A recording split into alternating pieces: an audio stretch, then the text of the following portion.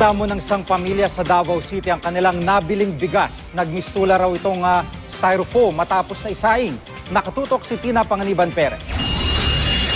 Ito ang nabiling bigas ni Carmencita Grino ng Davao City. Puting-puti ang mga butil. Pero nang isaing, eto na ang itsura. Sabi ni Carmencita, tila naging styrofoam ang kanyang sinaing. Nang pisilin nga raw niya ang kanin, lumubog daw ito at parang sumingaw ang mga butil.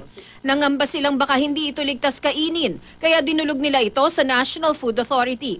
Humingi ng sample ng bigas ng NFA. Susuriin daw ito para malaman kung synthetic o peke ang naturang bigas. Humihingi na rin ng sample ang Department of Health at Food and Drug Administration para malaman kung ligtas kainin ang bigas.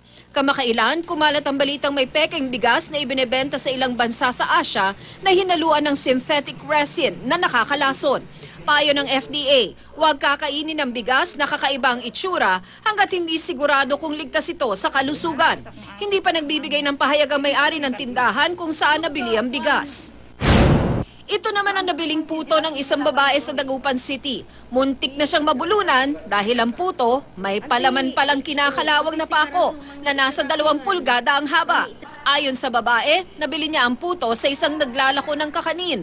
Naidulog na ito sa City Health Office. Malinaw raw na may nilabag sa sanitation standards ang gumawa ng puto. Pwede raw magkasakit ang makakakain ito. Tumutulong na rin ang mga opisyal ng barangay sa pagtunton kung saan ginawa ang puto. Tina Panganiban Perez, nakatutok, 24 oras.